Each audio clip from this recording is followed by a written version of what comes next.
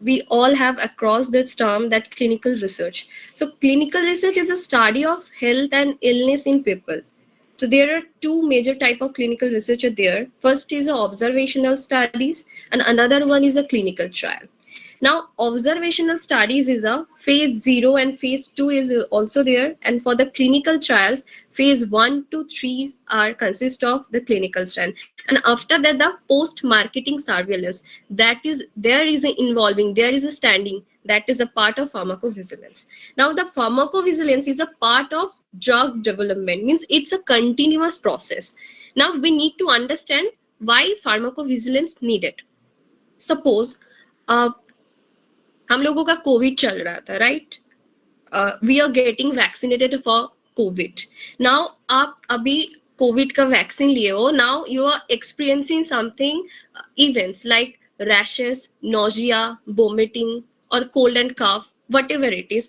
Now, where to report, how to report, आप क्यों report करोगे, एंड रिपोर्ट करने के बाद आगे का जो ड्रग डेवलपमेंट है कैसे आप हम लोग इम्प्रूव कर पाएंगे. That is all the procedure, all the format, all the like what I called, all the term that is involved in pharmacovigilance. Okay, so the pharmacovigilance, yes Arpun? Yeah. Shilpa, you did explain, I mean, what is the pharmacovigilance and what are the things are there, no? So what is the drug development? So I just wanted to call one of the things, like in a layman language, I hope you all are experienced these things, no? Whenever there is a Sunday or Saturday, no, in weekends, so our mummies or our mothers preparing some of the delicious foods and all, no? So prior serve these foods in the table, they wanted to check either the taste of the food, the salt, the sugar, the mixing of all the spices are in a proper balanced or not, no? So these are, you can call it as a trial. So first they check these. I mean, they wanted to check with you. Okay, take a spoon or take a bite. That everything it is a proper boiled. It is a proper mix of salt, spice, and other ingredients and all. No? So these are kind of a trial. So that is the layman way I can explain. So everything prior come into the market before serving for the patient, because we are dealing with the patient safety, patient life. So that should go through a thorough process, a thorough trial. So that is called a drug development, or that is called a pharmacovigilance. That is the aim of pharmacovigilance, to deal with the safety, well-being of a patient or of a subject. Yeah, Shilpa, you can continue. Yeah, thanks, Offer. So yeah, so here there is a standard definition, on 2002 WHO guidelines, as per the WHO guidelines. So pharmacovigilance is a science and activities relating to the detection, assessment, understanding, and prevention of adverse effects or any other medicines or vaccine or related any problems. So I will explain what is the adverse events or effects. Any unwanted medical occurrence that may present during the treatment, as Orphan said that and I also gave an example that if we're getting vaccinated for COVID vaccine and we are experiencing rashes, nausea, that is the thing, that is a call that adverse effects. So the pharmacovigilance is a science and activity related to the detection for what, detection for the event what we are experiencing. After that, the assessment, what is the assessment? Now we need to check that the patient has already the relevant medical history, like patient has already now think that patient has already patient diabetic patient, or patient has rheumatoid arthritis, suppose, so and so. So sometimes we need to check that patient had relevant history, and after that we need to understand that the patient is getting experiencing these events due to the drug or somewhat other reason. After that, the prevention of adverse event, when how to prevent these events, or how to prevent the drug effects. So that is the main thing. In simple line, I can say that we can. Okay, so here's Any question till now?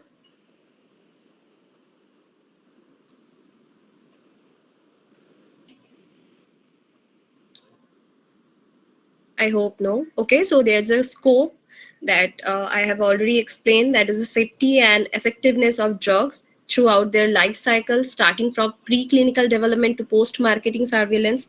As I said, that is a post-marketing surveillance. So now I will just say that's a clinical trial part, that phases of clinical trials. Now, phase 0, where voluntary is needed 10 to 15, and the aim is study of new drug in micro doses. And here's the objective of phase 0: to obtain preliminary and pharmacokinetic data, that is consisted of phase 0. Now phase 2, so before that phase 2, there's a phase 1 that is called human pharmacology trials. Here we needed the voluntaries 20 to 80 peoples. Then duration is 6 to 12 months. After that, the phase 3, there is a call therapeutic and exploratory trials. The voluntary needed 100 to 300, and the population with the target disease. Here the population will be the target disease. After that, the phase 4, post marketing trials. The main objective is monitor long term safety and effectiveness. Like, it's a continuous process. Pharmacovigilance is a like continuous process, is a part of, is a already we have told you that the drug development. Now next. So importance, why pharmacovigilance needed. Pharmacovigilance obviously the protective patient, because our health is utmost priority. हम लोग को क्यों चाहिए pharmacovigilance, हम लोग क्यों करते हैं? Because like our business is a patient safety. That is the main thing. Millions of people are trust on the medicines. Why? Because they know that like they overcome the disease due to this medicine. So this is a protecting patient. Pharmacovigilance ensures the safety and well-being of patients by identifying and minimizing risk associated with the medication. Means we can identify that how much this safety and efficacy due to this drug, like they can benefit for this through this medicine for that particular targeted disease. Now next is a promoting public health. So through this pharmacovigilance developing system, we can contribute a healthier society, then enhance public trust in the medical treatments. Now next. So here's the aim.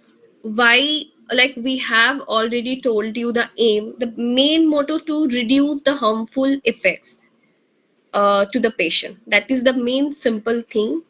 So here's a total elaboration: that improve patient care and safety in relation to the use of medicines and all medicinal intervention, improve public health, detect problem related to the use of medicines, and communicate finding in a timely manner, contribute in the assessment of the benefit risk ratio, effectiveness and risk of medicines, leading to prevention of harm and maximizing of benefits.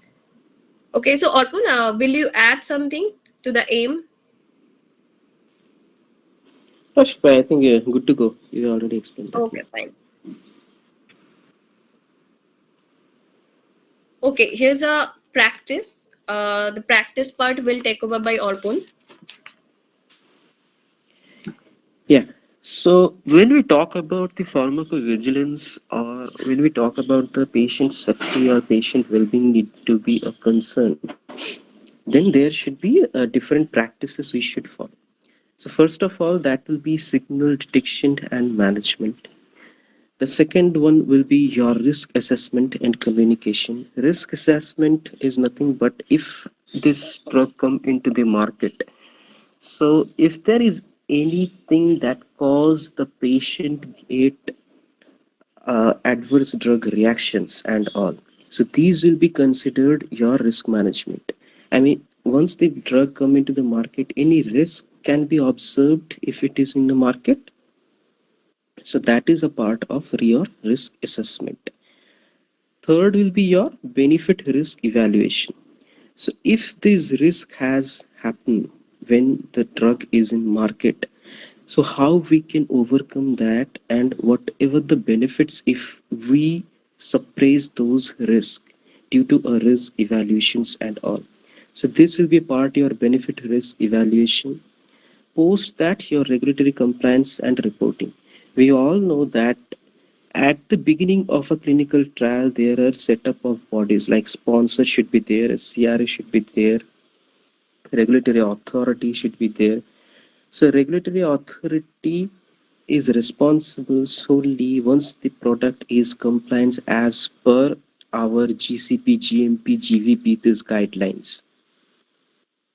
So these are the practices, or these are the things we should follow whenever a trial is concluded or whenever the pharmacovigilance process is to be followed.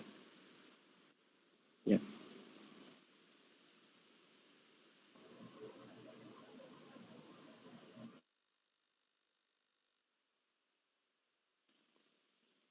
Okay.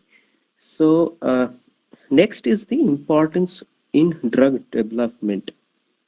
So it is not about the development on the drug. Importance of development is everywhere.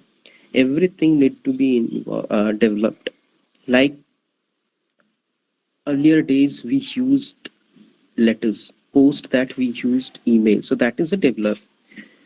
There was keypad phone. Post that there was Android phone. Now there is iOS phone, and all these operating systems are there. So that is also a develop.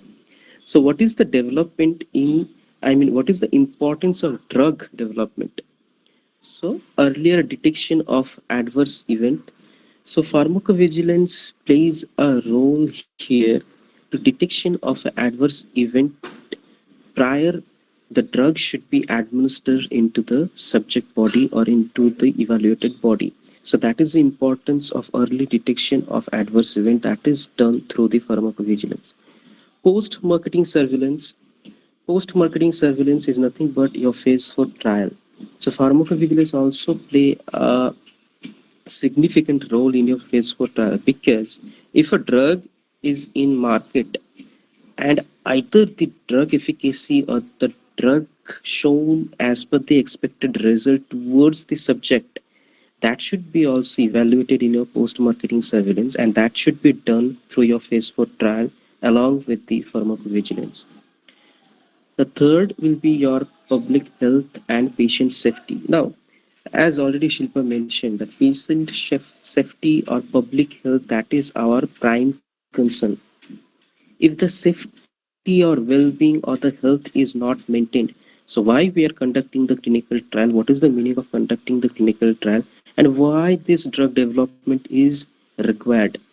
So public health, safety, public well-being, these need to be taken care, and for that part a continuous drug development from your phase 1 to phase 4, even after phase 4, that is a continuous process, I would say. I hope it is clear for you.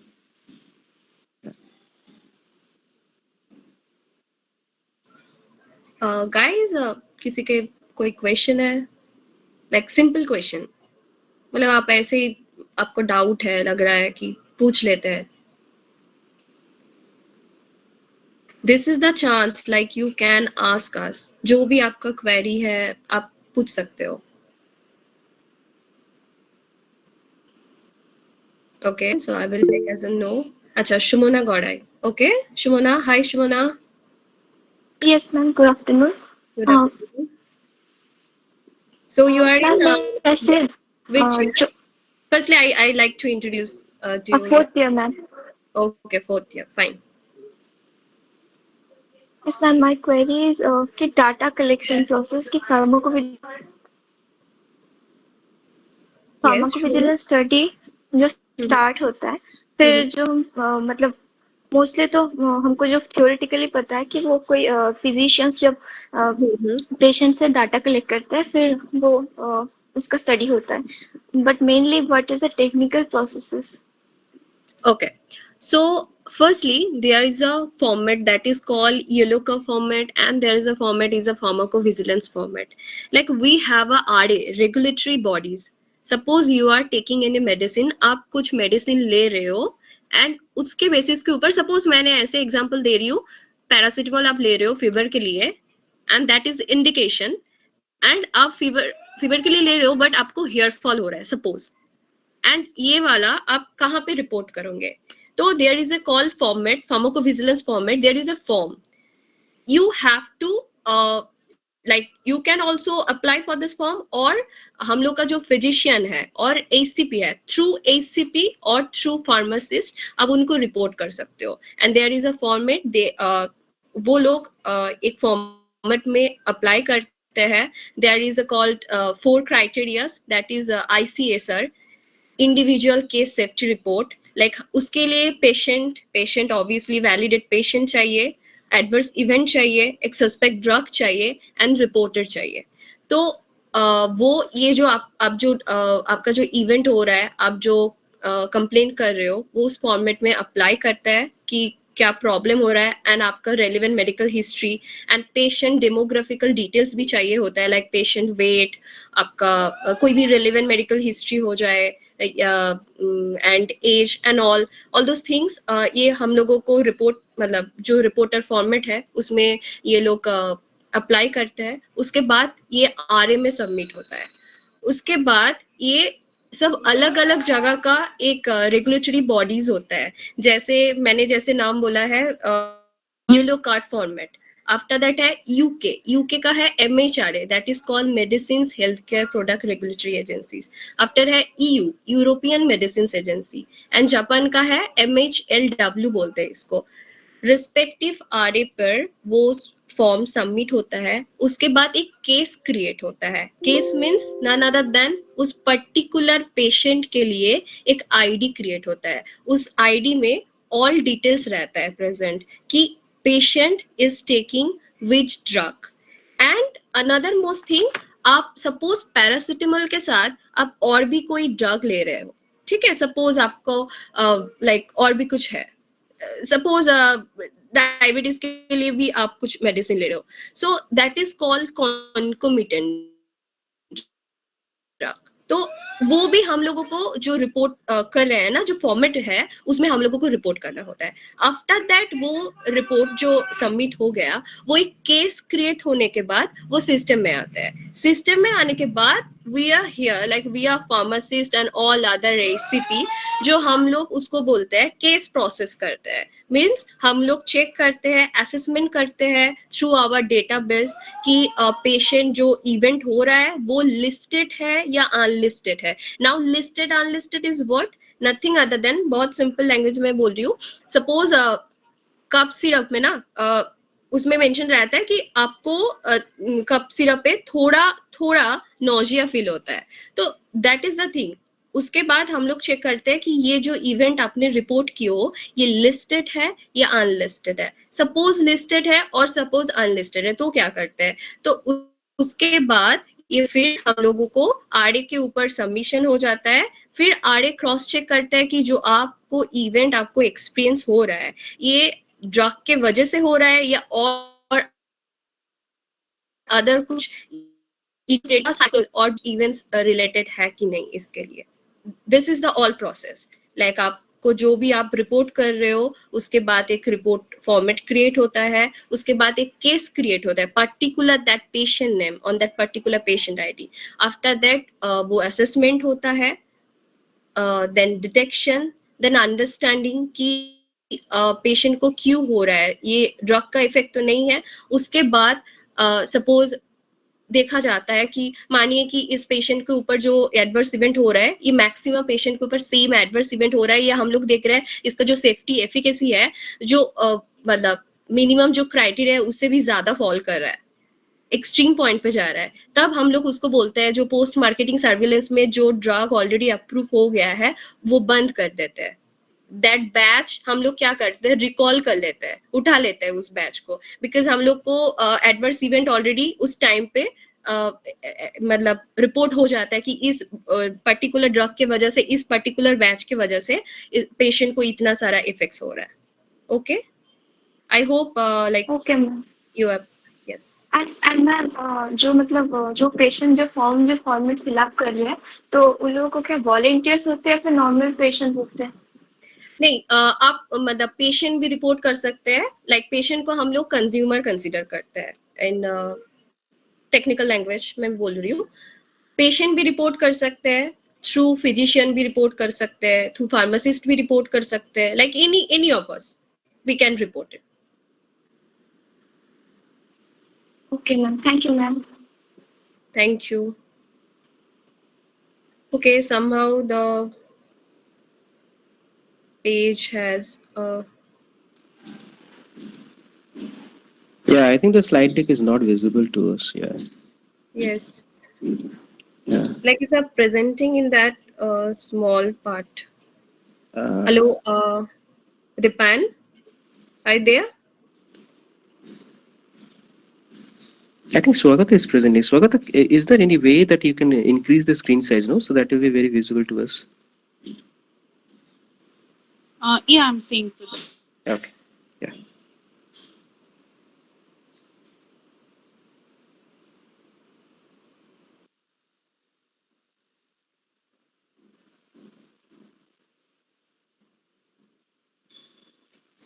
Okay, some of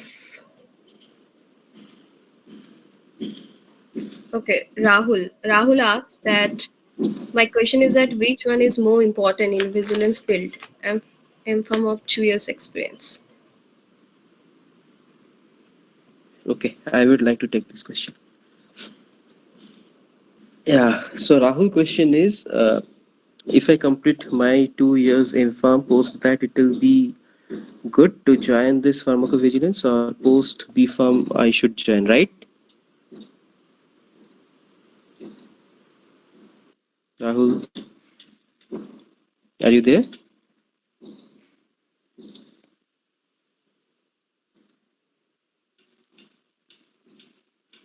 Hello, I can't hear you. Arpan, we can do one thing. Like, firstly, we will finish this slide. After that, we will take the question. Otherwise, like, so Yeah, we can do that way also.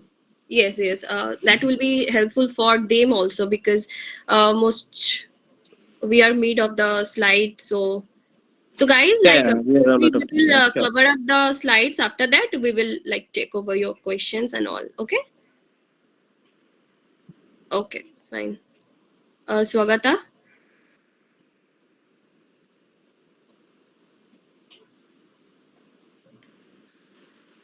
Yes, ma'am.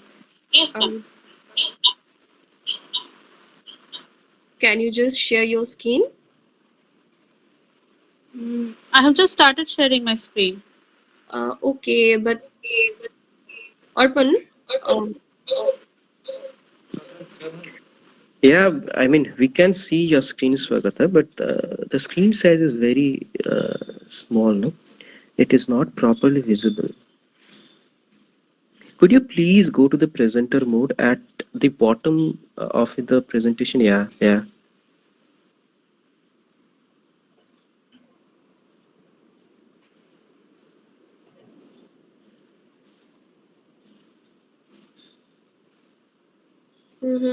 still there's a small Okay. no.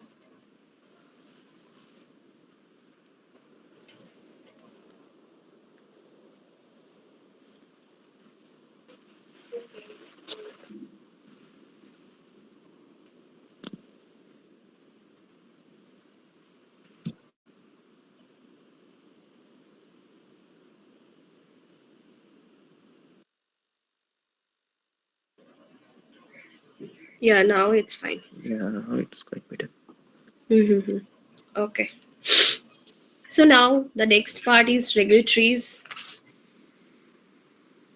Okay, so laws and regulation in India, Drug and Cosmetic Act 1940, Pharmacy Act 1948, and Medical Council of India Act 1956, and and National Health Policy 2017. So basically the clinical data management is it comes under the guidelines of GCP, like good clinical practice, and the manufacturing unit it comes under good manufacturing practice, and the pharmacovigilance it comes under GBP, good pharmacovigilance practices. So these are the like kind of SOPs or guidelines to conduct the clinical trials of any phases. So like the all the laws and regulation in India, which is regulates the pharmacy profession and set standards for drug dispensing and supplies, regulates the medical education and practice in India, and including the use of regulation of drug, outlines the government's of commitment to promoting the ensure access safe and affordable healthcare services. So it's a it's a the primary the rules and the laws regulation which is falls under the manufacturing sale distribution drugs, establishing a framework for pharmacovigilance. Yeah, that's all. Now this is our global bodies. So International Council for Harmonization, World Health Organization, European Medicines Agency, and if we say ki means we can more I can say elaborately. So there are the another body parts like regulatory bodies are there, which is called Therapeutic Good Administration for Australia, for Japan, that is called MHLW, Ministry of Health, Labor and Welfare, and the CDSCO for our India, Central Drug Standard Control Organization. For UK, that is called MHRA, Medicines and Healthcare Product Regulatory Agency. Means those are the regulatory authorities जो हम लोगों को pharmacovigilance जो lead कर रहा है. जैसे शुमोना ने पूछा कि कैसे रिपोर्ट करना है, क्या करना है, जो प्रोसेस है. हम लोग तो किसी को कोई मतलब bodies तो चाहिए, regulatory authorities, they are the regulatory authorities who is promoting the lines, the rules, regulation, how to report, where to report. That is the main all the things. Okay, now next. So job roles. Pharmacovigilance is nowadays is a more developing sector, like it's a main critical sector. uh, Pharmacovigilance scientist, pharmacovigilance manager, pharmacovigilance coordinator, pharmacovigilance analyst. They're the all other respective another role, those who have another job roles and responsibilities. So here the structure. The first is a scientist. So it's a simple responsible for designing and managing pharmacovigilance studies, analyzing data and making regulatory submissions. After that, the pharmacovigilance manager responsible for overseeing the managing and the pharmacovigilance department, ensuring the compliance with regulation and performing risk assessment. Now coordinator, now responsible for coordinating and managing the collection, processing and the reporting of the adverse event data. Now analyst, responsible for analyzing and evaluating pharmacovigilance data and identifying safety concern. Now another part is Orpon is there in CDM, so he will explain for the CDM part. Like this is a job role for only the pharmacovigilance. So I would like to share those things by Orpon. Orpon, can you just a little bit explain about the CDM job roles? Yeah, sure. See, the structure of the job roles or structure of the organization hierarchies part are quite same with the pharmacovigilance along with the clinical data management. So first will be your clinical data coordinator. That will be called your CDC. Now there is a called of CRA, that is the monitor. Along with that, the PI, the principal investigator. So like Sumana asked that the doctors are recorded the patient data in the document that is called your source document, where patient provide their ICF or informed consent depending upon that whatever the treatment, whatever the drugs has been given to the subject, I mean to a particular patient, that all the things to throughout the patient enrolled in the subject after when the patient is exit this trial or patient get died in this trial, Throughout this journey of the trial for a particular subject will be recorded in a source document. So who is responsible for the source document maintaining? The PI or the principal investigator. So there are several sites are involved in a clinical trial. Suppose the sites are basically for your medical college or your hospital. So if I talk about the nearby hospitals of our college location, that will be the Mission Hospital, uh, the Durgapur main hospitals. So there are several hospitals. These are for your examples. These are the hospital where the trials are conducting, and in each of the hospital there should be different PI. But post that, a single PI or a lead PI will be there in or across all over the trial sites. So that is a PI role. Post that, there will be a CDC, that is Clinical Data Coordinator. Clinical Data Coordinator is solely responsible to update these details of the patient details as per your source in your electronic data capture. That is your EDC. Now, what is EDC? EDC is nothing but electronic data capture where day to day the patient details will be recorded. Who will update these details? The CDC, the clinical data coordinator, will update the details. It may be related to the demographic, it may be related to your lab data, it may be related to your adverse event, your concomitant medications, concomitant therapy or procedures. So these are the all details will be recorded through a CDC. There will be CRA or site monitors. Now, site monitor, who are site monitors? Site monitors are the leader or are the leads of CDCs.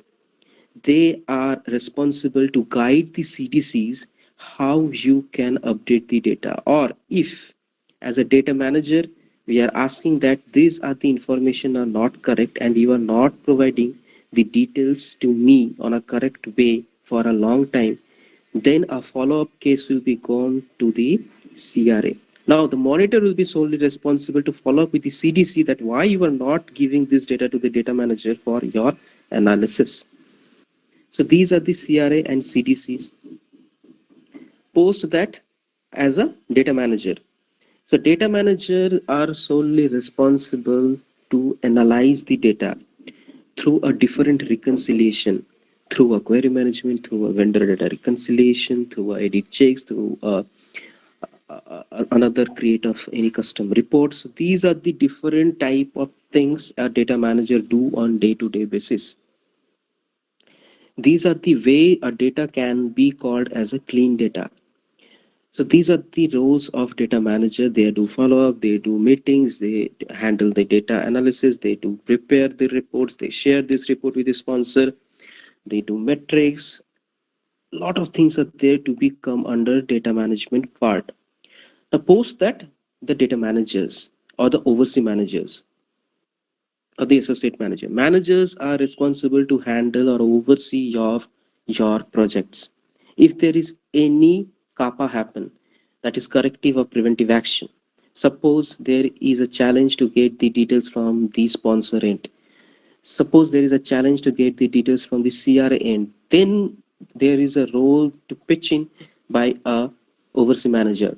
So he will do the follow-ups on those part and he will arrange those details by hook and crook from the site management team. That these are the very critical data. These are really required. You are not at all responsible. So the further steps will be taken by the data manager or by the oversee manager. So these are the different roles are involved in the clinical data management. It is quite or more similar with the pharmacovigilance roles. Yeah, over to you. Yeah, so that's a simple quotes. So in simple liner, in a nutshell, I can say for the reporting purpose, we can say there's a four criteria are needed for any reporting event. That is a identifiable patient, identifiable reporter, and adverse event, and the suspect product. That the four criteria were needed to reporting any adverse event for in regulatory authorities. Okay, so fine. Next slide. Okay, so comes under challenges what we are facing in the pharmacovigilance. Sometimes what happens, like patients fail to remember all the relevant information about the adverse event and are not able to report it accurately. So sometimes patients are anxious and report all their discomfort as an adverse event. So now we need to understand that under reporting of adverse effects, so the pharmacovigilance relies on the healthcare providers and patient to report drug-related adverse effect. But the under-reporting is a significant challenge. The under-reporting means what? Sometimes patient fail to report all other relevant information about the adverse event. Okay. Now next is the regulatory environment surrounding pharmacovigilance is a complex and rapidly evolving and making it difficult for pharmaceutical companies to comply with the varying regional and global requirement. Means as already said, that pharmacovigilance is continuous process, means all other the guideline changes, the SOP changes. So that is sometimes is a facing major challenges for the companies, that they also need to change the guidelines and the laws and the rules. So that is sometimes the major difficulty, the making it difficult for the pharmaceutical companies to comply with the varying regional and the global requirements. Okay, so next. Okay, so underreporting, as I said, that the lack of continuing medical education, difficulty in availability of the drug information is also another big issue. Some drug use problems contributing to the barriers in the pharmacovigilance program of India, like their availability of the many types of drug in household and dispensing the drugs by untrained person. So that is also the major challenges and like the key future trends. The proper communication is risk is doubly important that which is shown by the worldwide the COVID-19 pandemic. So yes. Now next is a data overload. Data overloaded, the sheer volume of adverse event report poses the challenges in efficiently analyzing and extracting meaningful insight from the vast database. We all know that the pharmacovigilance the process is like working under in the database, means electronic records. Okay, so sometimes the data overloaded may be like it also facing a challenge in efficiently analyze the meaningful insights for the database. Next. Okay, so opportunities.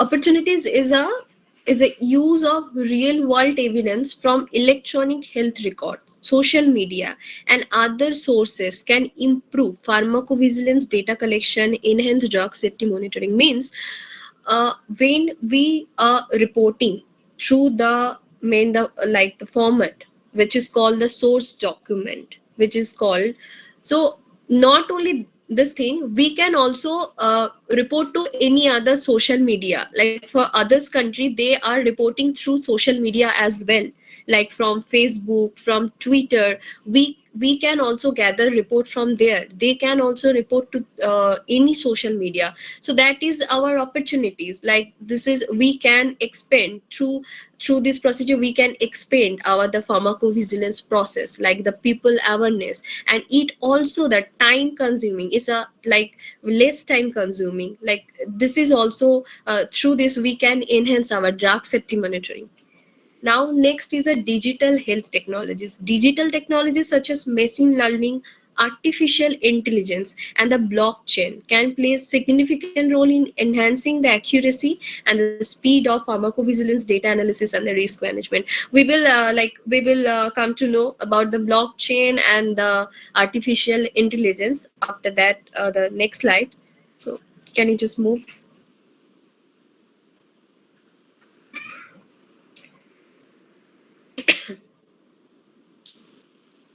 Can you please move, Sogata?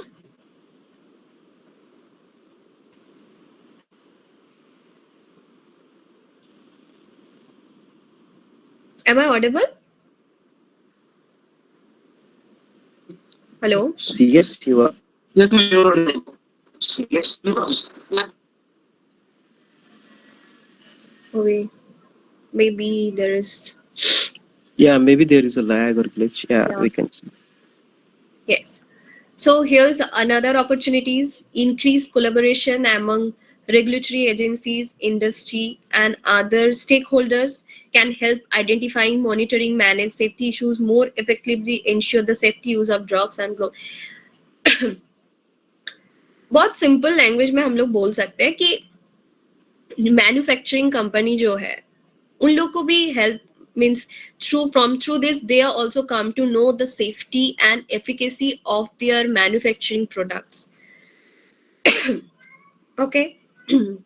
Now next is empowering patients, engaging the patients in pharmacovigilance through reporting system and educational initiative that can provide valuable insight and enhance safety monitoring. Just 1 minute.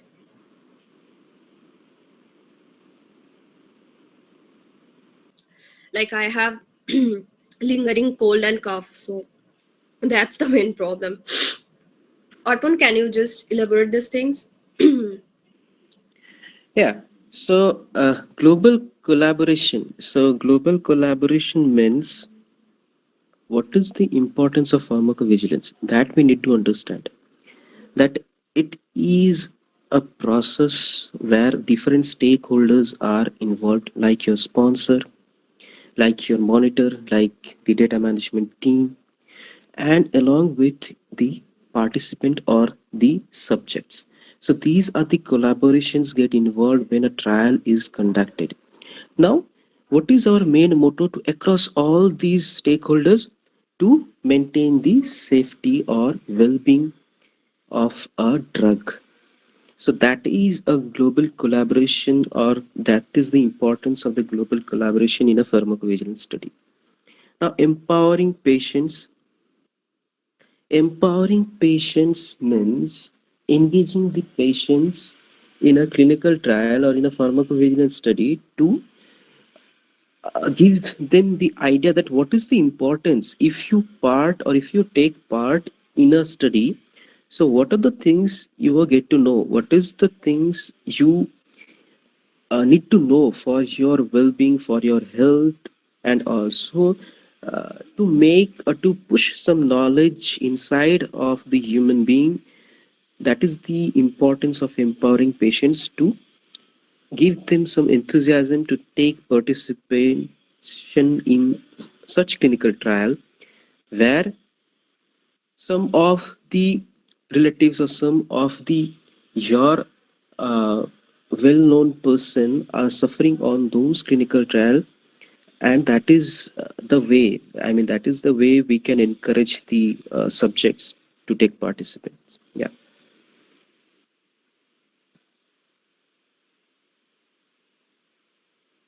Yeah, what to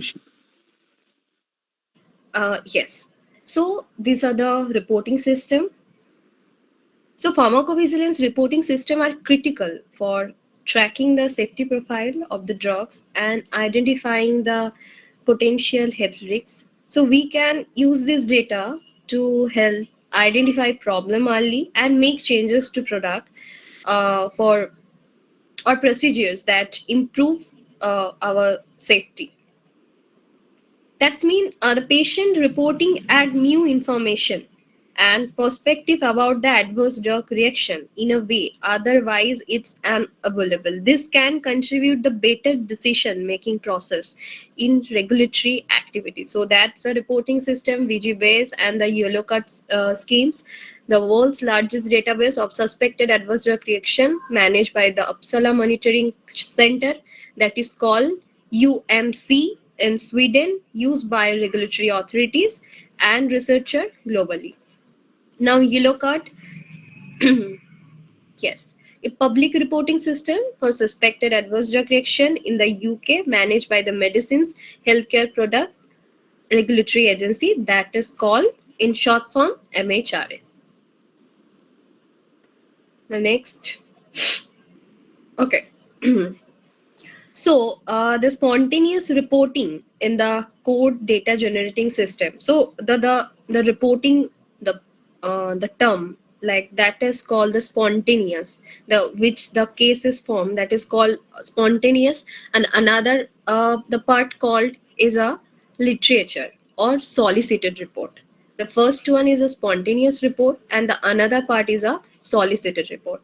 So here's that the pharmacovigilance is relying on the healthcare professional and in some countries consumer to identify and report any adverse event to their national pharmacovigilance center, health authorities such as like that the European Medicine Agency or FDA, and through this Mate Watcher and the all other survey conducted by the European Healthcare Industry Association. Sometimes like the service is also ongoing for what we are getting like experiencing any event or not. So on that time we can also report through that the reporting system. So yes, so it's the most important to report the adverse effects, because the reporting adverse event is not about the patient safety. It also helps protect healthcare organizations from costly liability claims and financial losses caused by the reduced reimbursement for the treatment and the preventable conditions occurred while in the hospital care. Now next. Okay, so the destination, these all other the Indian projects like where we are working, we have multiple option nowadays. Like a few years back, like what I said that we had no idea, such a no idea about these companies and all. Now you have so many options, so many opportunities are there all over. Like that, this sector is like rapidly growing, rapidly development. So yes, there are the all other companies in pharmacovigilance for the pharmacovigilance. And the next, the global projects, like it's already expanding this market. So here's the like few companies, they are not like this companies only, there are the multiple companies are there, multiple opportunities are like waiting for you guys. So yeah.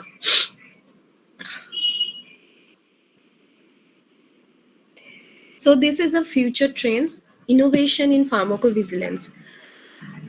Like what are the innovation we are now developing in pharmacovigilance? That is a blockchain, machine learning, artificial intelligence, and the mobile health.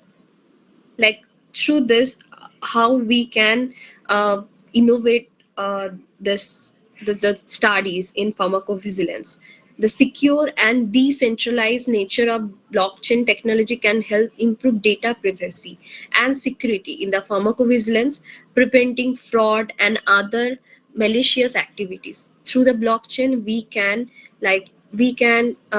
minimize this type of activities, preventing fraud and the other malicious activities. Now next is a machine learning.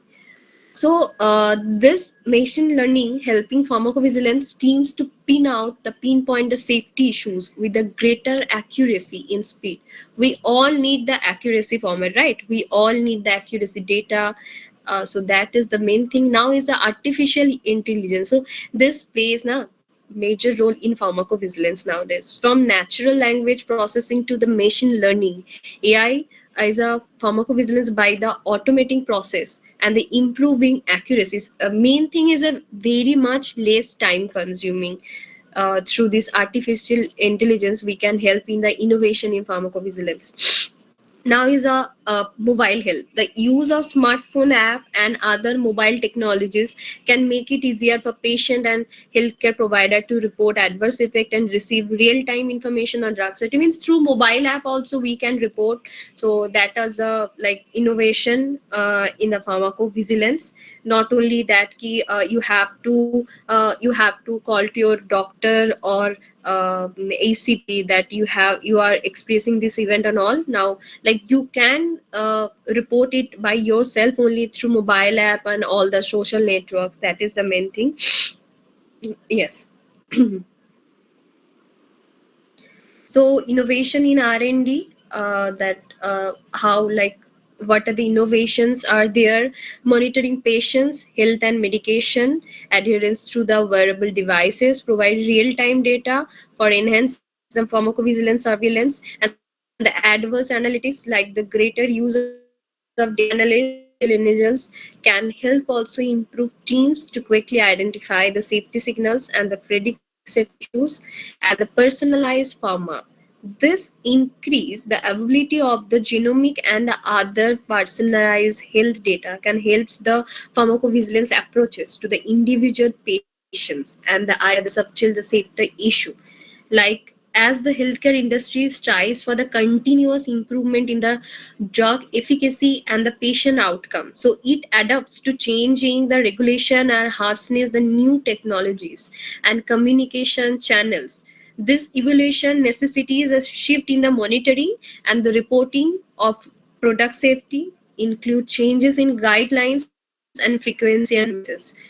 So while pharmacovigilance has always played a vital role in healthcare, recent years have witnessed an increased emphasis on comprehensive safety documentation, drug approval reviews. So as a result, uh, drug safety has emerged a top concern for both consumer regulators and R&D as well. Okay, next. Okay, so here is the closing note. Arpon. Yeah. So here is a part of conclusion. So as we already discussed throughout the different slide decks and all that, pharmacovigilance or clinical trial is a very critical process, and that is very uh, lengthy procedure, I would say, because some of the trials are conducting more than 10 years as well, depending upon the subject inclusion, subject exclusion, and their day-to-day evaluations on those. There are different kind of techniques, different kind of AIs are implemented throughout the trial now. Earlier there was paper CRF, now the electronic data capture or EDC systems are there. Different stakeholders are there, different parties or different bodies are taking their responsibility throughout a clinical trial while it was conducting. And there are a lot of opportunities, I would say. It is not like that, uh, I mean, I need to focus for a separate role or kind of things, because in each role there are certain importance. As a data manager, as a pharmacovigilance specialist, as a CRA monitor, as a CDC, as a sponsor. So all of these responsible persons or all of these responsible bodies are involved in a clinical trial, then only a clinical trial is conducting.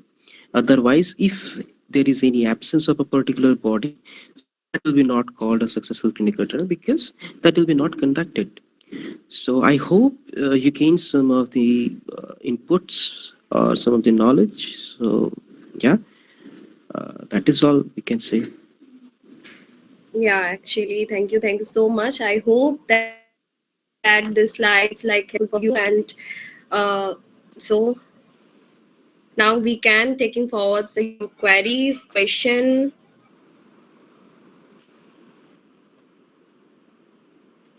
Yeah,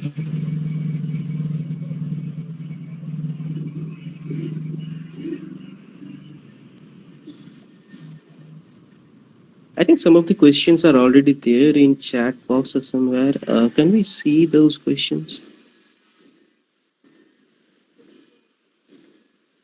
Yeah, just 1 minute. No, somewhere. No computer skills is required for this clinical data management or for this pharmacovigilance. No, at least a basic knowledge of the computer, like the Excel, the Word document, the PPT presentations. I would say in clinical data management, the Excel, the short tricks or Excel handling, these things are very important, because whatever the data we do collect from the external sources, whatever the data we do reconcile, everything has been done through Excel. Suppose someone give me to do a sum of 1 plus 1. So I need to use the calculator, and I need to do 1 plus 1. Then it will come as 2. But if I use in Excel, so I would put uh, a simple formula on that bracket 1 plus 1 and equals to 1 plus 1, and I will simply get this value of 1. So these are the tricks, these are the formulas we should learn, but that is depending upon the subject. year experience. Once you start looking, when I joined back in 2017, I don't have that much of idea, very frankly speaking, because this field is totally new. I need at least of 6 months or 1 year to properly understand what I am doing for, why company paid for me. Sorry. So these things will be clear once you gain your knowledges, once you step into the system, once you step into the process and all. So I hope your question is clear now.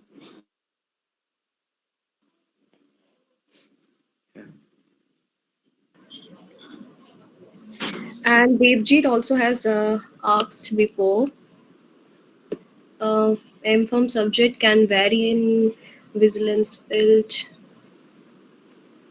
My question is that M.Pharm subject can vary in vigilance.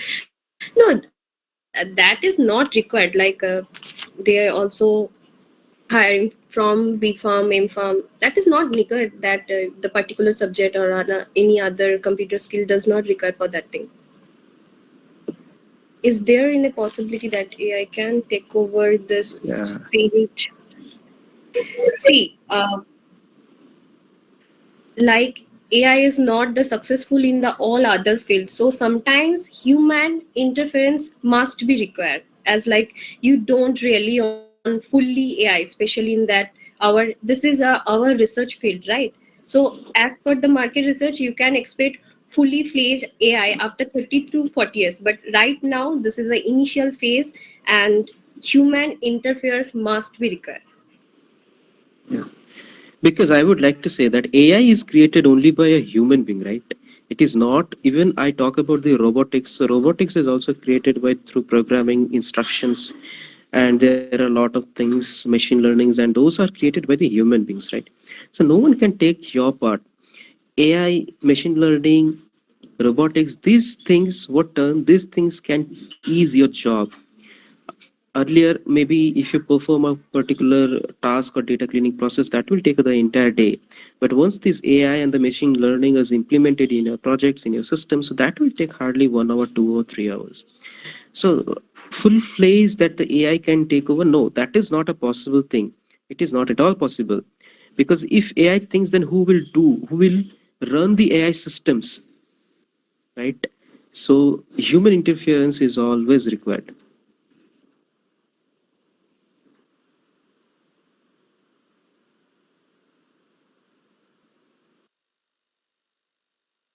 Okay, so we can wrap up this call.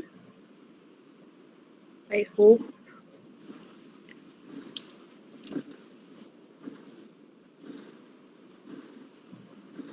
So on behalf of entire BCPSR, we are extremely thankful to Ms. Shilpa ma'am and Orphan sir for your valuable guidance and wonderful presentation. We really hope that we can do another webinar in future again. Thank you, ma'am, and thank you, sir.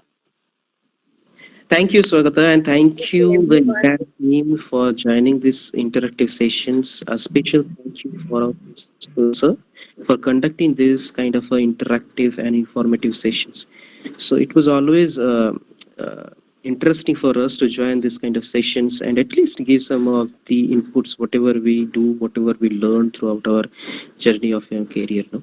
So thanks for your time. Thanks for joining.